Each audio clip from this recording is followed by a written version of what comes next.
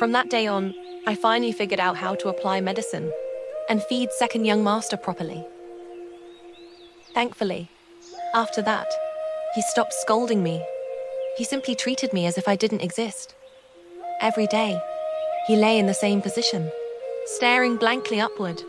Eating, sleeping, even relieving himself. All happened on the bed.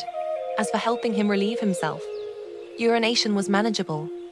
Second young master would keep the same dead expression, while I simply held the chamber pot beneath him. But bowel movements were much harder.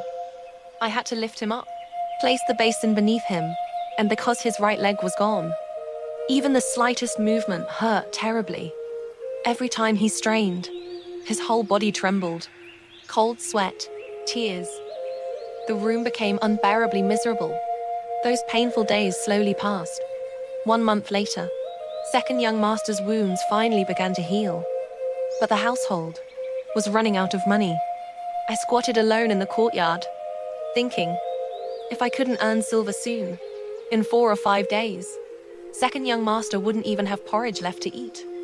So I decided to sell handmade crafts. Every day after taking care of him, I went outside the city to gather flowers and grass. Then I returned home, weaving them into flower crowns, bracelets, necklaces. Spring had arrived. Many young masters and young ladies traveled outside the city for leisure. So I stood near the city gate, selling my little crafts. It was exhausting. Flowers wilted overnight. So every single day, I had to start over again. But as long as I could earn money, at least, second young master wouldn't starve. One day, while I was feeding him, second young master suddenly said softly, "Open the window." I hurried to open it. Warm spring wind drifted inside. Birds were singing. Everything outside felt alive. I stared outside for a moment, absent-mindedly. Then he quietly said, "Close it."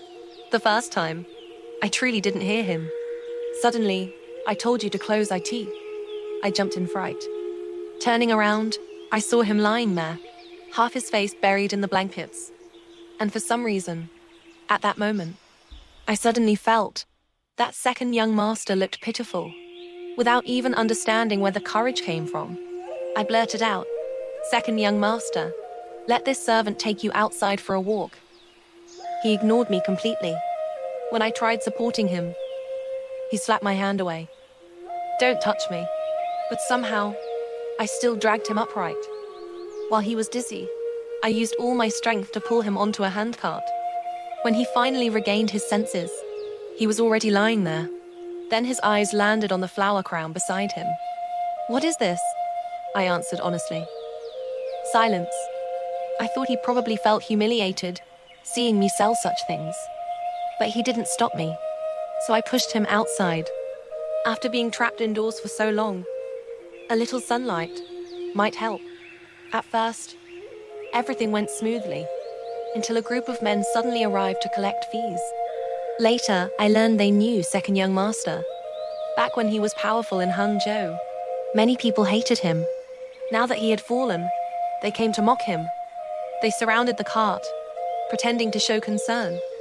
But their eyes were full of ridicule, especially the handsome man collecting money.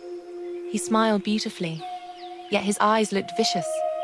Second young master remained silent, but I could tell he was enduring humiliation. I had covered his legs with a blanket, afraid he'd catch cold. But suddenly, that man lifted the blanket. The moment they saw his missing leg, they burst into loud laughter. Something inside me exploded. I grabbed a stick and swung it at the man. Even second young master looked shocked. The man froze for a second. Then his lackeys rushed forward and beat me viciously. I curled into a ball, protecting my head, silently enduring everything. Eventually they left. When I climbed back up, second young master was staring at me silently. I thought, it's over. I embarrassed him again. All the flower crowns were ruined. We could only return home. That entire journey, second young master never spoke once. That night during dinner, for the first time, he told me to help him sit up.